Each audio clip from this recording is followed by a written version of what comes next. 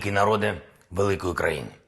Як і обіцяв, коротко і відверто, щоденно. Сьогодні ми посилили обороноздатність та стійкість нашої держави.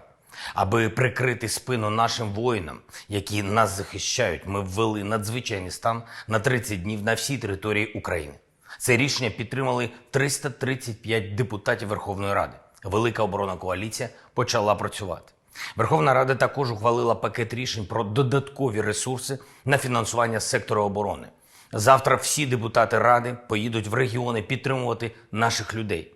Наші міжнародні партнери максимально мобілізовані на підтримку України. Нам вдалося їх переконати впровадити превентивні санкції. Вчора Сполучені Штати запровадили додатковий пакет санкцій проти Росії. Сьогодні США запровадили санкції проти Північного потоку-2. Пакет з персональних та економічних санкцій проти Росії затвердив і Європейський Союз. Нові санкції запровадили також уряди Японії та Австралії. Я сьогодні говорив із прем'єром Нідерландів Марком Рютте. Він запевнив, що країна теж готує пакет санкцій. Сьогодні я зустрівся в Києві з президентами Польщі Анджеєм Дудою і Литви Гітанасом Наусєдою. Ми підписали спільну заяву за підсумками зустрічі. В ній зафіксовано, що наші польські та литовські друзі підтримують надання Україні статусу кандидата на членство в ЄС. Сьогодні ми закликали Генасамблею ООН вжити конкретних дій, направити міжнародну миротворчу місію в Україну. Я зустрівся із представниками великого українського бізнесу. Ми домовились, вони всі в Україні. Дякую. Поруч зі своїми колективами працюють на захист України. Ми домовились зі всіма політичними силами. Найближчим часом Верховна Рада має затвердити пакет економічних законів, економічний патріотизм. Дякую всім, хто допомагає Україні. Працюємо далі. А дальше по-русски. Сегодня я инициировал телефонный разговор с президентом Российской Федерации. Результат – тишина. Хотя тишина должна быть на Донбассе. Поэтому сегодня я хочу обратиться ко всем гражданам России. Не как президент. Я обращаюсь к российским гражданам как гражданин Украины. С вами нас разделяет более 2000 километров общей границы.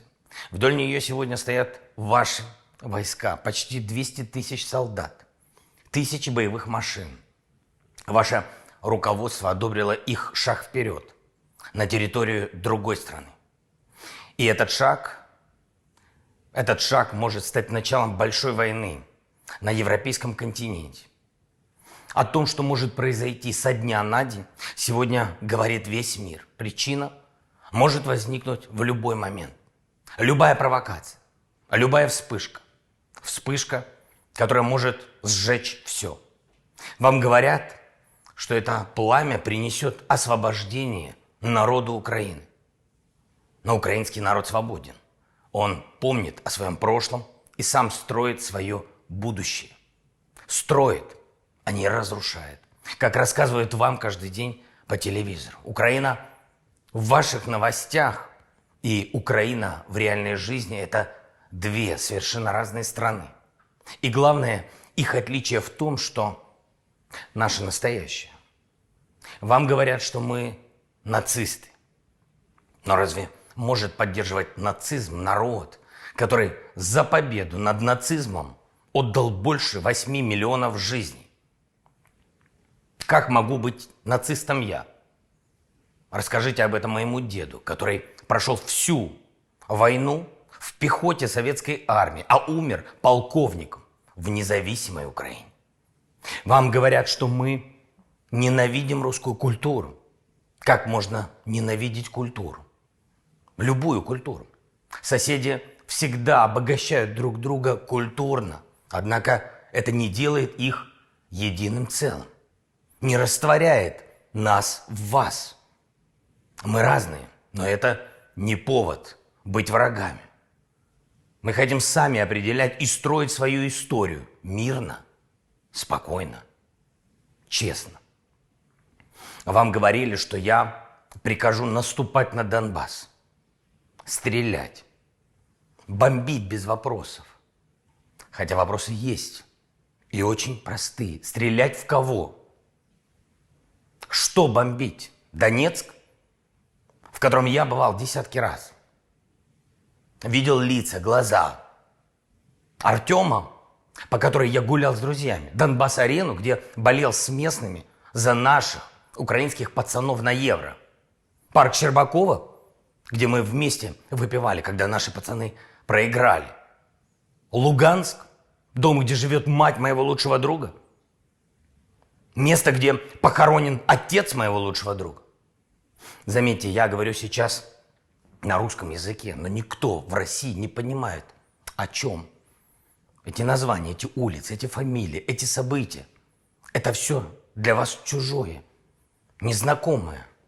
Это наша земля, это наша история. За что вы будете воевать и с кем? Многие из вас бывали в Украине. У многих из вас есть родня в Украине. Кто-то учился в украинских вузах, дружил с украинцами. Вы знаете наш характер, вы знаете наших людей, вы знаете наши принципы. Вам известно, чем мы дорожим. Так прислушайтесь же к себе, к голосу разума, к здравому смыслу. Услышьте нас. Народ Украины хочет мира. Власть Украины хочет мира. Хочет и делает. Делает все. Все, что может. Мы не одни. Это правда. Украину в этом поддерживает множество стран. Почему? Да потому что речь не о мире любой ценой. Речь о мире и о принципах, о справедливости, о международном праве, о праве на самоопределение, праве самим определять свое будущее, праве каждого общества на безопасность и праве каждого человека на жизнь без угроз. Это все важно для нас. Это все важно для мира. Я точно знаю, что это важно и для вас. Мы точно знаем, нам не нужна война, не холодная, не горячая, не гибридная. Но если на нас будут наступать войска, если у нас попытаются отнять нашу страну, нашу свободу, наши жизни, жизни наших детей, мы будем защищаться. Не наступать, защищаться. Наступая, вы будете видеть наши лица, не наши спины, наши лица. Война – это большая беда, и у этой беды большая цена во всех смыслах этого слова. Люди теряют деньги, репутацию, уровень жизни, теряют свободу, но самое главное – люди теряют своих близких, теряют себя. На войне всегда всего не хватает. Чего хватает с лихвой – это боли, грязи, крови и смерти. Тысяч, десятков тысяч смертей. Вам говорят, что Украина может представлять угрозу для России. Этого не было в прошлом, нет сейчас, не будет в будущем. Вы требуете гарантий безопасности от НАТО. И мы требуем гарантий нашей безопасности. Безопасности Украины. От вас, от России и от других гарантов Будапештского меморандума. Сегодня мы находимся вне любых оборонных альянсов. Безопасность Украины связана с безопасностью наших соседей. Поэтому сегодня надо говорить о безопасности всей Европы. Но наша главная цель – мир в Украине и безопасность наших граждан, украинцев. Для этого мы готовы говорить об этом со всеми, в том числе и с вами, в разных форматах, на любых площадках. Война лишит гарантий всех. Гарантий безопасности не будет больше ни у кого. Кто от этого пострадает больше всего? Люди. Кто этого не хочет больше всего? Люди. Кто может этого не допустить? Люди.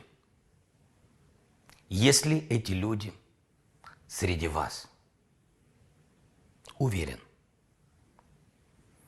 общественные деятели, журналисты, музыканты, актеры, спортсмены, ученые, доктора, блогеры, стендаперы, тиктокеры и многие другие обычные люди, обычные, простые люди, мужчины, женщины, старики, дети, отцы и, главное, матери. Ровно так же, как и люди в Украине. Так же, как власть в Украине. Как бы вас ни пытались убедить в обратном, я знаю, что это мое обращение не покажет по российскому телевидению. Но граждане России должны его увидеть. Они должны знать правду. А правда в том, что нужно остановиться, пока не поздно. И если руководство России не хочет ради мира садиться за стол с нами, возможно, оно сядет за стол с вами. Хотят ли русские войны? Я очень хотел бы ответить на этот вопрос, но ответ зависит только от вас, граждане Российской Федерации. Дякую за увагу.